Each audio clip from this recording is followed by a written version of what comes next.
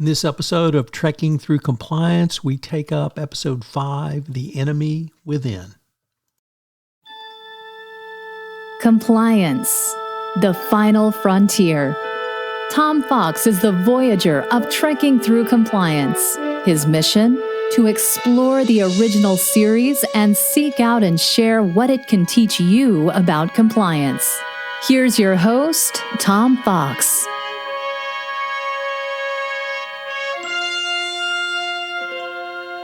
Episode 5, The Enemy Within. Air date 10/6/1966, directed by Leo Penn, and written by Richard Matheson, one of the great science fiction writers of all time. While gathering specimens on planet Alpha 177, whose night temperature reaches 120 degrees below zero, geological technician Fisher falls off a cliff and injures his hand. He also becomes covered in a magnetic yellow ore. He is beamed aboard the Enterprise, where the transporter behaves strangely. However, it appears to work correctly when Kirk beams aboard shortly thereafter. Unfortunately, the ore has caused the transporter to malfunction, and Kirk is split into two alter egos. The evil one, hostility, lust, violence, of which arrives unnoticed a few minutes after the good Kirk, compassion, love, and tenderness, after the crew has left the transporter room. The evil Kirk makes his way to sickbay, where he demands brandy from McCoy. Meanwhile, the transporter mishap results in a production of an evil horned poodle out of a shy, quiet animal specimen beamed up from the planet's surface. Scotty realizes the consequences and is forced to strand the remaining four-man landing party, including Sulu, on the planet. In the meantime, the evil Kirk enters Yeoman Janice Rand's quarters and lies in wait for her. She scratches him when he attacks her and manages to warn Fisher to call Spock. Unfortunately, the evil Kirk incapacitates Fisher before he can get the word out. Simultaneously, the good Kirk begins showing signs of losing both his decisiveness and his ability to command. Showing great ingenuity, the evil Kirk applies powder to his face to hide Rand's scratch, tricks transporter technician into giving him a phaser, then knocks Wilson out. The evil Kirk then hides in the lower decks, but Kirk and Spock anticipate this move and hunt him down.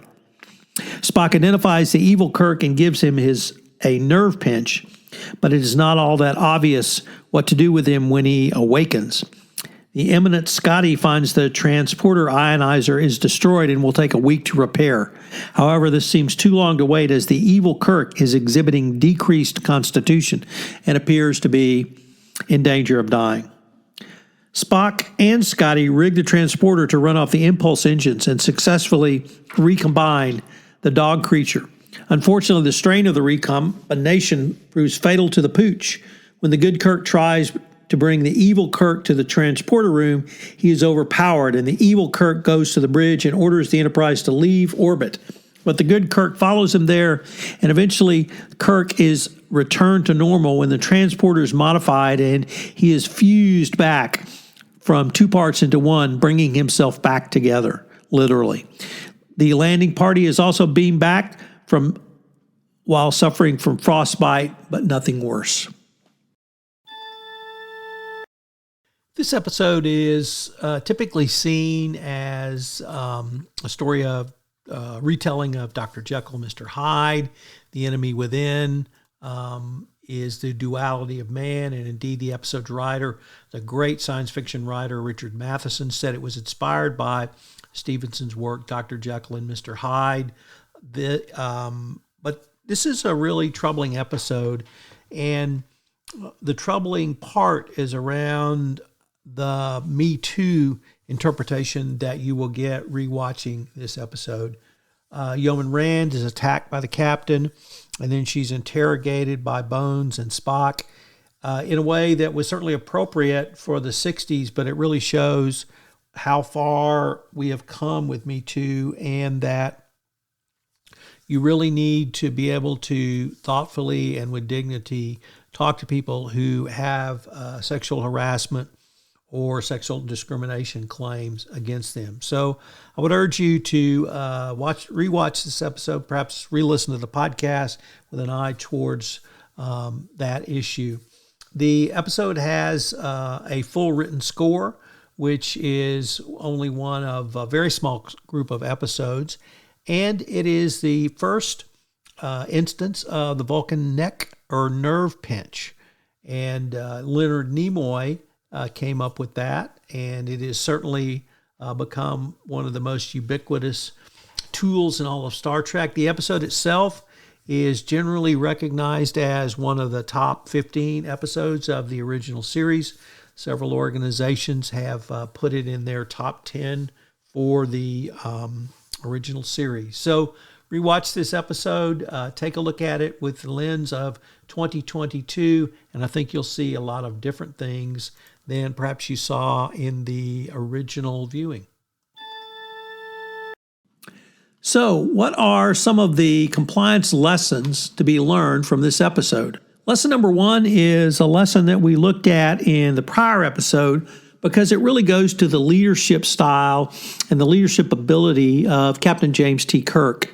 When he is split between the good and evil, his good side becomes unsure of himself and cannot make decisions and is worried about losing his ability to lead the Enterprise through not only inaction but indecision. And it really points up the need for a compliance leader to make decisions and to be decisive when those decisions are made. The second point, and I found this actually very troubling, and much different light than any of my other viewings of this episode, and that was the attack on Yeoman Janice Rand. She does report this attack, and she is obviously traumatized by this, and she kept saying, but he's the captain. I really couldn't say no to him, although she did say no in a very forceful way. She feels incredibly guilty about this, and it really drove home to me how much the Me Too movement has changed appropriately, how women are treated after they've been assaulted, and that hopefully your company will not only support women, but give them the means, method, and opportunity to bring forward these allegations, if appropriate, and also support them going forward. And that goes to number 3, training, that no one is above the law. Even the captain of a ship cannot engage in sexual assault nor in other illegal conduct. If that person does so, staff, whether it be the XO, number 2 in command, vice president of an organization, whatever it is, has to take control and has to be able to step in and take charge of the situation if the captain is clearly exhibiting and has exhibited illegal, unethical, or behavior that's going to damage the organization going forward. But I have to say, the entire scene with the attack on Yeoman Rand, her reaction, it was just gut-wrenching to watch. And I hope that people who are not compliance practitioners listening to this podcast will consider that issue as much more personal now after the Me Too movement, because Me Too is not simply about a woman having the ability to raise her hand or speak up, but it's about you and me stopping that kind of behavior. If we see something, we should say something and we should do something. So lots of lessons, perhaps unintended, from this episode, which aired in 1966. Nevertheless, I think it's an important lesson going forward. Join me again tomorrow where we take up Harry Mudd in the first of 2 episodes starring Harry Mudd in Mudd's Women. If you enjoyed this episode of Trekking Through Compliance, you can help it grow by sharing it with the biggest Trek fan you know.